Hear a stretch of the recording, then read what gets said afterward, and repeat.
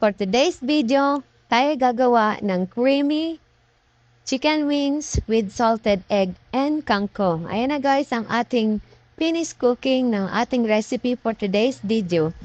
Kung ito ang ihahanda niyong pampulutan sa ating manginginom talagang lasing sa pulutan. Ayan na nga ang ating chicken. Nilagyan lang natin yan ang ating paminta at patis. Ibabad muna natin yan ng 30 minutes at maglalagay tayo ng all-purpose flour at ang ating water at naglagay din tayo ng cornstarch at i-mekos-mekos natin yung mga ingredients natin para maghalo-halo. Ayan guys. Tiyakin lang nating na mahalo, nating mabuti at pagkatapos niyan ay ipiprito na natin yan. Ayan na nga pala ang ating binabad na chicken at meron tayong salted egg at yung dahon ng kangkong at cream at ang ating bawang. At ayan na nga, nagpainit lang ako ng pan at tayo magpiprito ng ating chicken.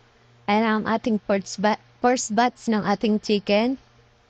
Then, hintayin lang natin siyang maluto. At pagkatapos niyan, babalik na natin ang ating chicken. Ayan. At pag naluto na natin yan, isi-set aside natin yan at magagawa na tayo ng ating sauce.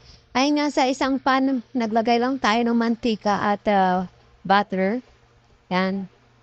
Tapos, hintayin lang natin matunaw ang ating butter at ilalagay na natin ang ating bawang. Yan guys. Mas maraming bawang, mas masarap. Mas malasa at mabango. At ilalagay na natin ang ating salted egg. Yan. Pinuhin nyo lang guys yung ating salted egg. Para masarap siya. Parang style bawang lang. Yan. Tapos mekos-mekos lang natin yan. At maglalagay tayo dyan ng paminta.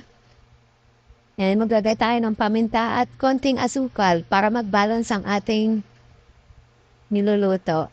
Ayan. At pagkatapos niyan ay ilalagay na natin yung dahon ng kangkong para maluto siya. Yan. Inuna ko yung dahon ng kangkong kasi para maluto. Kasi yung chicken naman luto na yan. Luto na dati. So ayan na nga. Hintayin lang nating maluto ang ating kangkong.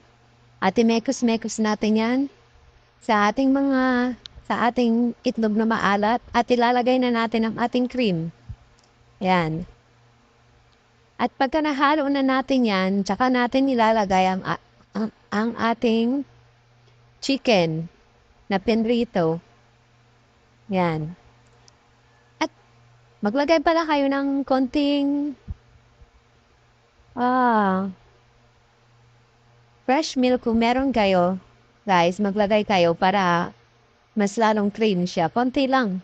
So, ayan na nga. Tapos, mekos-mekos natin hanggang sa maghalo-halo ang ating mga ingredients dyan sa ating chicken. Ayan guys, sobrang sarap neto. Ngayon ko lang din itong niluto. Nakita ko lang sa TikTok guys. Kaya, niluto ko siya. Masarap siya guys, promise.